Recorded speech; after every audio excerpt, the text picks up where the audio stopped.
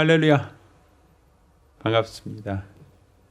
지금부터 2025년 5월 11일 예배를 함께 드리겠습니다. 함께 봉독하실 하나님 말씀 창세기 25장 19절로 26절까지 말씀을 교독하겠습니다. 마지막 절은 같이 읽습니다. 아브라함의 아들 이삭의 후에는 이러하니라.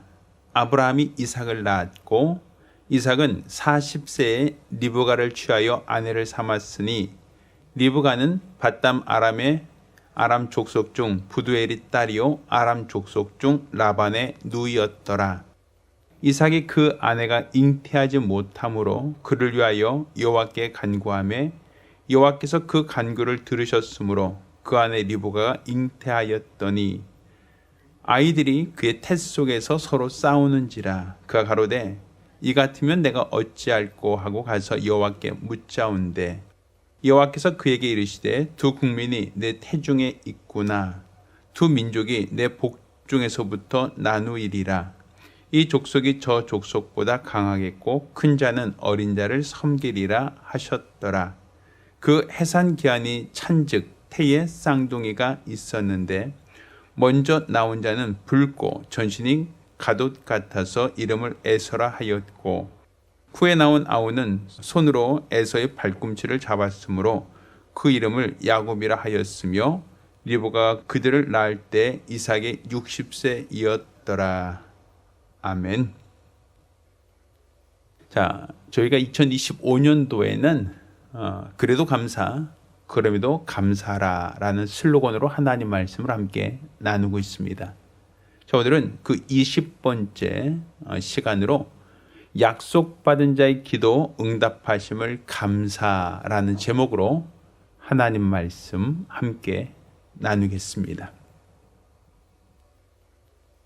자, 오늘 우리가 읽은 이 본문 말씀 가운데 리브가가 잉태하지 못함으로 이삭이 리브가를 위하여 기도하였더니 하나님께서 이삭의 기도를 들으시고 리브가에게 쌍둥이를 주었다라는 말씀을 하고 있습니다. 자, 우리가 생각할 때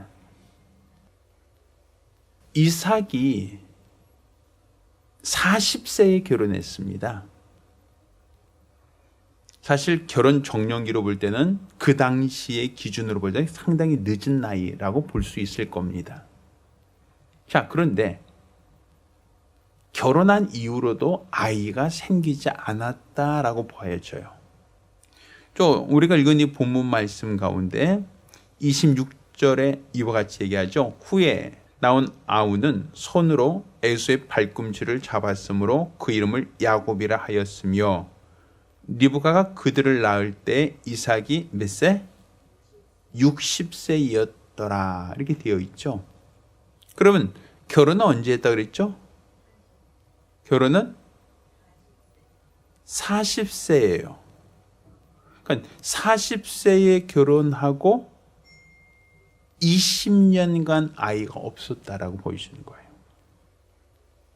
자, 우리가 생각할 때 분명 하나님께서 아브라함에게 복을 약속하셨어요. 하나님께서 약속하신 복은 내가 본토와 친척과 아비집을 떠나 내가 너에게 지시한 땅으로 가라. 그러면 내가 너에게 복을 주겠다는 약속이었습니다. 그런데 그 약속을 받고 아브라함은 순종하여 가나안 땅으로 이동하였죠. 그런데 하나님의 약속이 아브라함에게 응답될 때까지 이삭을 낳을 때까지 아브라함이 65세에 하나님께 부름받아서 가나안 땅으로 이동하고 거기서 몇 세에 이삭을 낳았다? 100세의 아들을 낳았다는 거예요. 거의 한 30년 이상, 35년 이상 시간이 지나서 겨우 한 아이를 낳았죠. 그런데 이삭도 만만치 않아요. 분명 하나님께서 하늘의 별처럼 바다의 많은 모래처럼 많은 자손을 주겠다는 약속을 하셨는데, 그런데 결혼도 늦었고, 또 결혼이 늦었으면 좀 서둘러서 아이를 낳아야 되는데 아이도 20년 가까이 갖질 못했다라는 거예요. 참 어떻게 본다면, 아니 약속을 받은 가정이라면, 하나님께서 복 주겠다는 그 약속을 하신 가정이라면 사실은 자녀를 많이 낳아야 되지 않겠습니까? 하늘의 별처럼 바다의 모래처럼 많은 자손을 약속하셨으니 최소한 이삭을 통해서 많은 자손을 낳아야, 그래야 우리는 하나님이 약속을 지키시는구나, 뭐 이런 확신이라도 가질 수 있지 않겠습니까? 그런데 실제적으로는 하나님께서는 아브라함의 100세에 이삭을 주었던 것처럼 이삭도 나이 60세가 되기까지 아이를 주지 않았다라는 거예요. 왜 그럴까? 왜 하나님께서 약속하신 자의 응답, 약속하신 자가 그 약속이 이루어지기까지 하나님 왜 시간을 끌고 있는가라는 거예요. 그럼 20년간 이삭은 얼마나 초조했겠습니까? 그냥 결혼했는데 아이가 생기지 않아요. 물론 그럴 수 있겠다 생각하고 한 해, 두 해는 지나갈 수 있겠죠. 그런데 그것이 한 20년 가까이 지났다고 생각해 보십시오. 그렇다고 한다면 어떻겠어요? 이삭도 마음이 초조하겠죠. 그래서 이삭이 기도하는 거예요. 여기서 말하는 기도는 어떻게 했어요? 아이가 안 생기니까 기도한 거죠.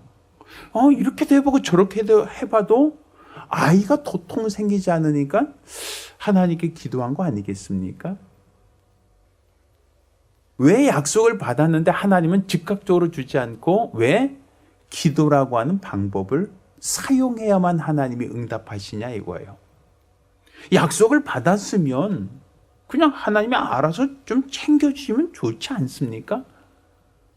아니 하나님이 복 주시겠다고 약속하셨으면 당연히 그냥 내가 기다리지 않아도 그냥 순서대로 복을 툭툭툭툭 던져주면 참 좋겠는데, 왜 하나님께서는 그 복 주겠다고 약속하신 이유로 20년이라는 세월을 오래오래 기다리게 하여 그 이후에 이삭에게 비로소 아들을 주었는가? 우리가 이것에 대한 원리를 우리가 좀 분별할 필요가 있다라는 것하고, 또 이것에 대한 원리를 우리가 이해한다면 그 가운데서 응답이 늦더라도, 약속을 받은 자가 응답이 더디 오더라도, 그렇다 할지라도 우리가 감사할 수 있지 않겠는가? 우리는 금년도 그래도 감사하자, 그럼에도 감사하자라고 슬로건 정하지 않았습니까? 비록 약속을 내가 받았다 할지라도 그 약속이 내게 응답되지 않을지라도, 내 눈에 보이는 것이 없고 내 손에 만져지는 것이 없고 내가 확인할 수 있는 것이 더디 나타난다 할지라도 우리가 감사를 잃지 않는다면 하나님은 약속하신 것을 반드시 이루실 것이다 라는 것이죠. 따라서 우리는 오늘 이삭이 쌍둥이 아들을 낳을 때까지 그 과정을 통해서 우리가 하나님께 무엇을 감사할 수 있겠는가? 우리가 감사한다면 약속을 받은 자가 그 약속이 더디 나타나더라도 감사할 것은 무엇인가? 라는 것을 우리가 한번 찾아보고 또 우리 역시도 하나님께 감사할 수 있는 성도가 되기를 예수 이름으로 축원합니다. 자, 가장 먼저 우리가 하나님께 감사할 수 있는 그 감사의 첫 번째 이유는, 하나님께서는 아브라함뿐 아니라 이삭의 믿음도 요구하신다는 거예요. 하나님이 약속을 주신 것은 아브라함에게 주신 약속입니다. 하늘의 별처럼 바다의 모래처럼 많은 자손 주겠다라고 했더니 그 약속은 하나님이 아브라함에게 주셨던 약속이에요. 아브라함은 100세의 이삭을 낳을 때까지 그 믿음을 갖고 있었고 그 믿음을 따라서 이삭을 얻을 수 있었죠. 그런데 그거는 아브라함의 믿음이지 이삭의 믿음이라고 볼 수 없단 말이에요. 아브라함에게 주신 약속을 이삭이 기업으로 받기 위해서는 이삭 역시도 아브라함과 똑같은 믿음을 갖고 있어야 한다라는 거예요. 자, 우리 한번 이렇게 생각해 봅시다. 제가 예전에 아는 어떤 분이 부모님이 명문대, 우리나라에서 어떤 최고의 대학이라고 하는 서울대 출신이에요. 부모가 다 서울대예요. 굉장히 엘리트 집안이죠. 그런데 부모가 서울대니까 자녀도 당연히 어느 대 가길 원해요? 서울대 가길 원하죠. 그런데 부모가 서울대에 나왔으면 자녀도 다 서울대 갑니까? 그건 아니더라고요. 부모가 좋은 데 나왔으니까 명문대 나왔으니까 자녀들은 당연히 그 대학에 들어가는 게 아니라 그 대학에 들어가려면 그 자녀 역시도 내신 1등급 받아야 되고요. 시험 성적이 굉장히 탁월해야 돼요. 어떻게 본다면 부모가 좋은 데 나왔으니까 자녀에게 더 많은 기대를 해요. 야, 너도 이 대학 가야 돼. 너도 이 대학 가야 돼. 라고 기대하죠. 근데 기대한다고 하여 그 아이가 수능 점수가 뭐 만점 가까이 나오는가 하면 사실 그렇지는 않단 말이에요. 그러니까 부모가 좋은 데 나왔다고 자녀가 100% 좋은 데 가는 건 아니다. 물론 뭐 타고날 수는 있어요. 뭐 천재성이 갖고 태어날 수 있겠죠. 뭐 그런 몇몇 사람들을 제외하고 있다면 누구나 다 부모와 똑같은 대학에 갈 수 있는 건 아니다라는 것이죠.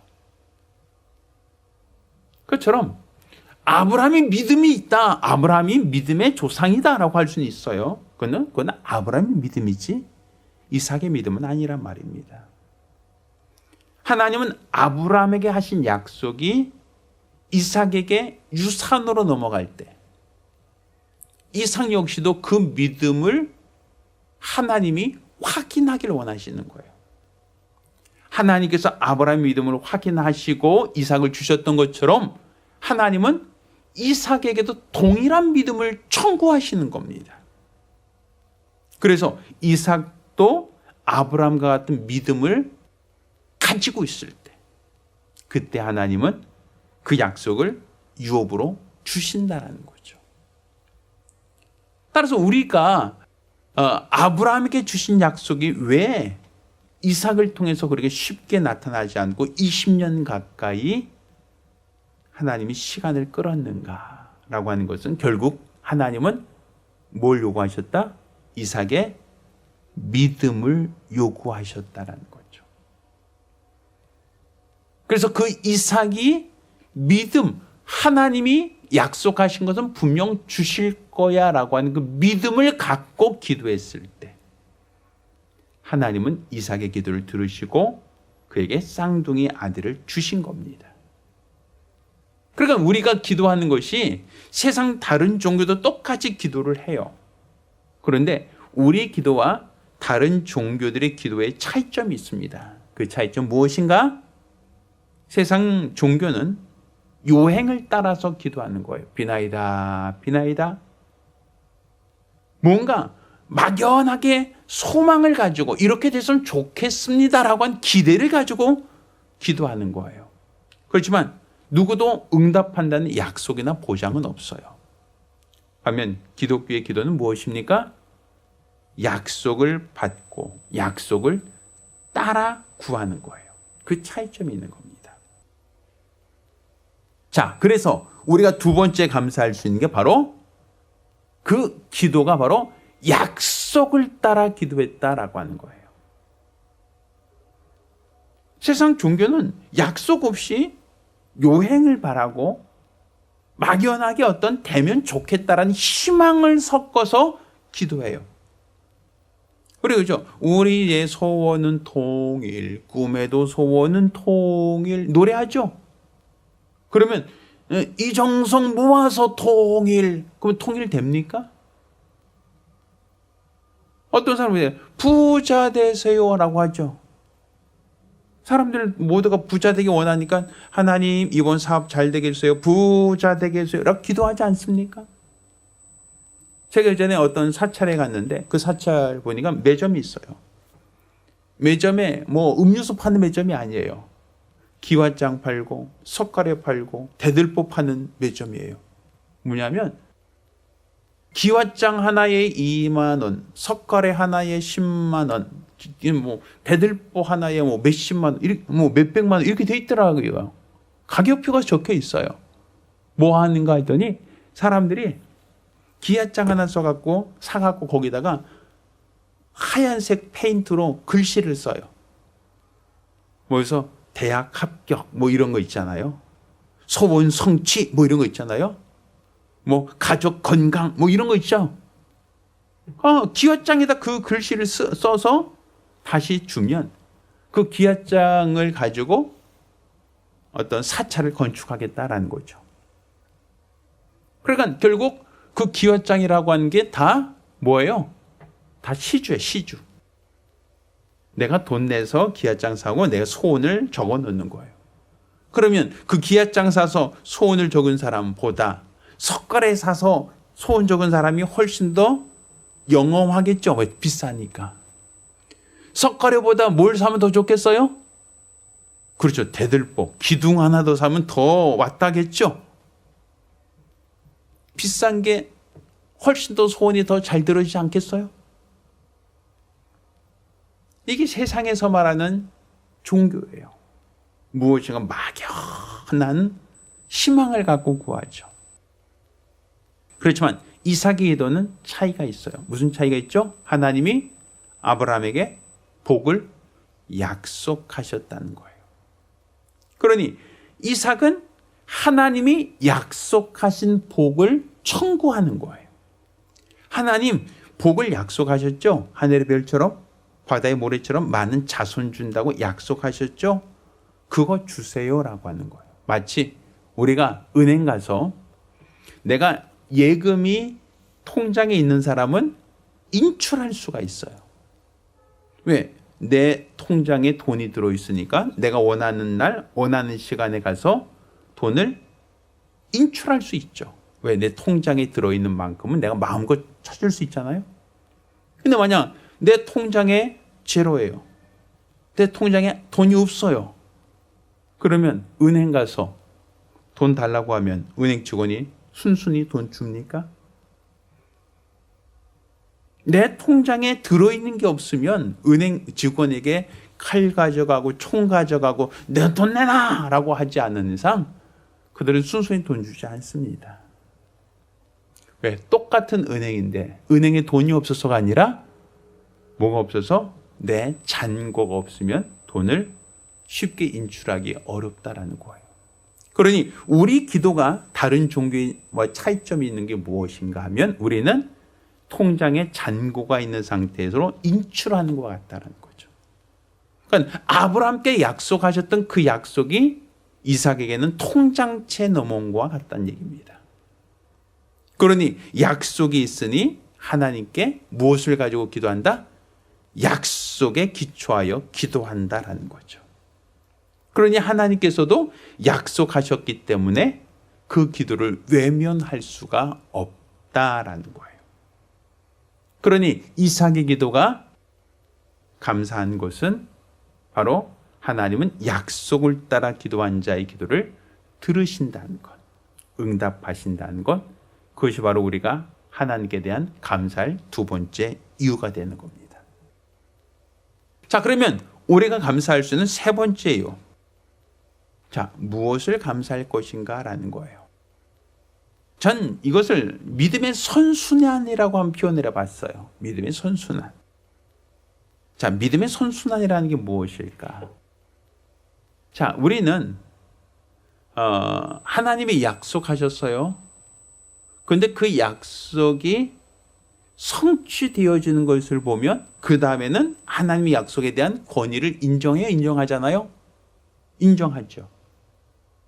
근데 약속은 하셨는데 성취가 되지 않았어 라고 하면 어때요?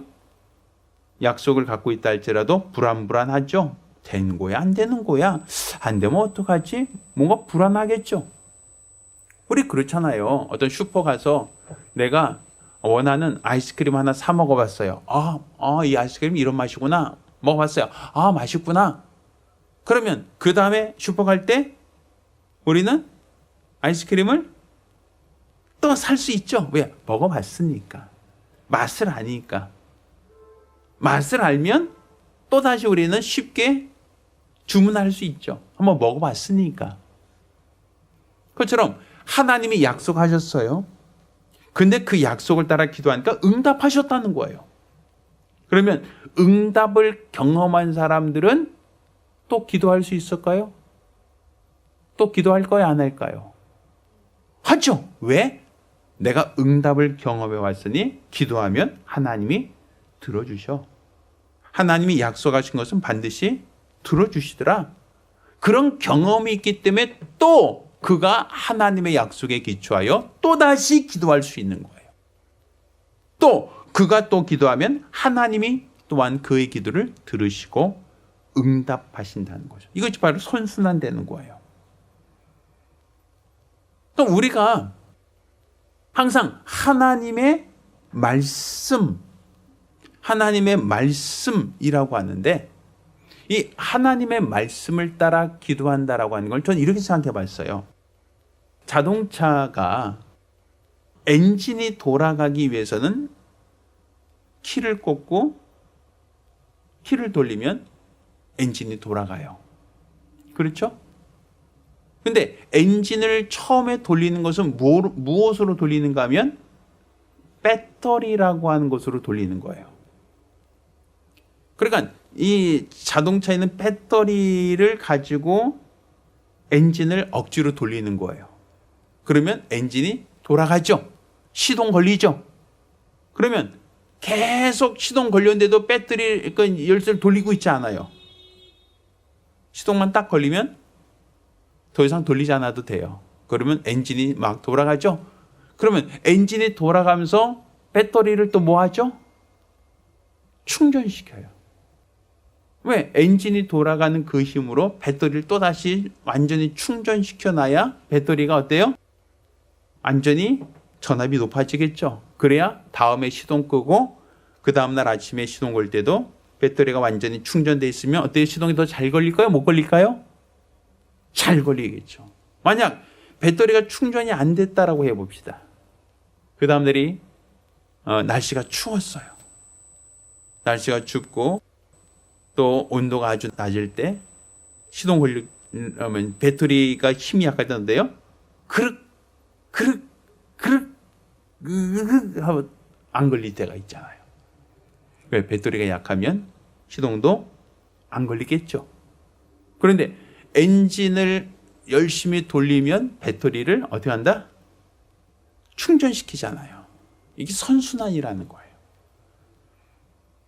그러니까 배터리는 엔진을 돌리고 엔진은 배터리를 충전시키고 그처럼 하나님이 약속하시고 그 약속에 대한 믿음의 기도를 하나님이 응답하신다라고 했을 때 그 응답을 통하여 우린 또다시 믿음을 갖고 그 믿음을 가지니까 또다시 기도할 수 있고 이렇게 되는 거예요. 그러니 믿음의 기도가 응답되었다는 이 체험이 있는 사람은 기도에 대한 권위를 알아요. 기도하면 돼. 기도하면 응답받아. 왜? 해봤으니까. 내가 기도하면 응답받아 라고 하는 것을 담대하게 말할 수 있겠죠. 그러니까 우리의 신앙은 뭐예요? 막연한 유행이 아니라 체험의 신앙이 되어야 된다는 얘기죠. 내가 경험해 봤으니까 이건 이렇게 될 거야. 이거야 라고 우린 담대히 말할 수 있을 겁니다. 그러니 이삭이 기도를 통하여 응답받았다라고 할 때 그것은 그냥 단순한 응답이 아니라 이삭의 믿음을 더욱더 한 단계 더 업그레이드 시키는 믿음의 선순환이 된다라는 거죠. 그래서 기도의 응답을 통하여 이삭의 믿음이 한 발짝 더 나아질 수 있는, 상승할 수 있게 되었다라고 하는 데서 우리는 하나님께 감사하다라고 말할 수 있는 겁니다. 자, 마지막으로 우리가 하나님께 감사할 수 있는 것은, 자, 지금 누가 아이를 못 낳고 있죠? 리브가죠. 이삭과 결혼한 리브가가 아직 20년 가까이 아이를 못 갖고 있는 거 아닙니까? 그러면 누가 기도했어요? 아이를 못 가진 리브가가 기도한 겁니까? 아니면 이삭이 기도한 겁니까? 아까 우리가 읽은 이 본문 말씀에 기록되고 있죠? 자, 21절. 이삭이 그 아내가 잉태하지 못함으로 그를 위하여 여호와께 간구하매 여호와께서 그 간구를 들으셨으므로 그 아내 리브가가 잉태하였다라고 되어 있죠. 그러니까 잉태는 누가 못하고 있는데? 리브가가 잉태를 못하고 있는데 20년 가까이 지금 잉태를 못하고 있는데 누가 기도했다? 이삭이 기도했다는 거예요. 자, 이삭이 기도하여 누가 임신했다? 리브가가 임신했다라는 것이죠. 그러니 이삭의 기도를 통하여 리브가가 응답받았다. 20년 가까이 불임이었던 여인이 드디어 아이를 임신하게 되었다라고 말할 수 있는 거예요. 자, 그럼 리브가 입장에서 볼 때는 그 남편이 기도하면 하나님이 들으신다는 확신이 있죠. 그러게 확신이 있겠죠? 그래서 나중에 보면 이삭이 에서에게 축복한다라고 할 때 리브가가 야곱아, 넌 내가 기도해 줄게 라고 하지 않아요. 리브가는 뭘 경험했어요? 남편이 기도하면 하나님이 뭐 하신다? 응답하신다는 걸 알았거든요. 그러니 남편이 에서에게 기도해 준다고 하니까 야곱을 야, 너 아버지한테 빨리 들어가서 아버지한테 기도받고 나와 이렇게 얘기한단 말이에요. 야, 네 아빠는 어떻게 사람이 그런지 몰라. 네 형만 사람이냐? 네 형만 축복한단다? 야, 넌 내가 해줄게 라고 하지 않아요. 리브가는 뭘 경험했어요? 이삭이 기도하면 하나님이 응답하신다는 그 경험이 있다는 거예요. 자, 그 얘기는 다른 말로 이삭의 기도를 통하여 리브가가 하나님을 경외하게 되었다는 거예요. 자, 분명 약속을 받은 아브라함이에요. 그리고 그 아브라함 믿음을 가지고 이삭이 지금 하나님께 약속을 유업으로 받은 거예요. 그런데 리브가는 그때 어디 있었어요? 밧다마람에 있었죠. 아브라함과 같이 동행한 건 아니잖아요. 그러니까 리브가 입장에서 볼 때는 하나님이 아브라함에게 응답하셨다, 복을 약속하셨다라는 것이 그냥 귀로만 들은 얘기예요. 직접 목격하고 체험한 얘기가 아니라 우리 시아버지가 섬기는 신이 그렇게 말씀하셨대라고 하는 것을 그냥 내 귀로 들었을 뿐이라는 거예요. 우리 시아버님이 이렇게 하나님이 말씀하셨다고 하는 얘기를 저는 뭐 했습니다? 들었습니다. 그죠? 그런데 아이를 못 갖네? 분명 하늘의 별처럼 바다의 많은 모래처럼 많은 자손 주겠다고 했는데 20년 가까이 아이가 없네? 리브가 얼마나 초조하고 얼마나 답답하겠어요. 그런데 남편이 기도하니까 잉태해서 쌍둥이를 잉태했다는 거예요. 근데 리브가는 얼마나 기쁘겠어요? 얼마나 감격스럽겠어요? 단지 기쁘고 감사하다라는 것만이 아니라 야, 하나님이 진짜로 응답하시는구나. 하나님께서 진짜 살아계시는구나. 리브가도 경험할 수 있었다는 거예요. 그러니까 이삭의 기도를 통하여 리브가도 하나님의 능력을 체험할 수 있었고 그를 통한 리브가 역시도 하나님이라고 하는 분을 경외할 수 있게 되었다라는 거예요. 그래서 오늘 본문을 보면 리브가가 잉태했을 때 자, 쌍둥이라고 얘기하죠.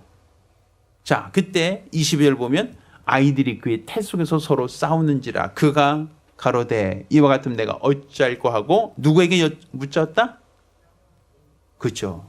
누가 물은 거예요? 리브가가 여호와께 물었다는 얘기예요.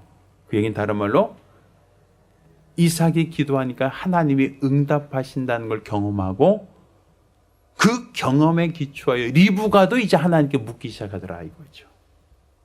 쌍둥이가 되니까 하나님 어떻게 된 겁니까? 하고 리브가 묻죠. 그것은 이삭을 통하여 누구의 믿음도? 리브가의 믿음도 성장하게 되었다라는 거예요. 그러니까 결국 그가 20년 만에 아이를 갖게 된 그 과정을 통하여 그 역시도 하나님이 전능하다, 우리 기도를 들으신다, 또 나 역시 내가 기도할 때도 내 기도도 들으신다라는 것을 리브가는 경험할 수 있었다라는 거죠. 그러니 우리는 하나님의 약속받은 자인데 왜 우리가 복이 더디오고 왜 응답이 없어라고 우리가 낙심할 게 아니라는 거예요. 아니 약속받았는데 왜 이렇게 형편이 나아지지 않지? 분명히 약속을 받았으면 더 좋아지고 더 나아져야 될 텐데 왜 그게 안 되지? 라고 우리는 조급하단 말이에요. 그렇지만 우리가 약속을 받았다면 우리는 기도할 권세가 있다는 거예요.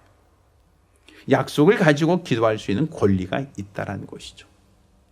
내 통장에 돈이 들어있으면 나는 은행에 가든 아니면 CD기에 가든 나는 돈을 찾을 수 있는 권이 있다라고 말할 수 있지 않겠습니까?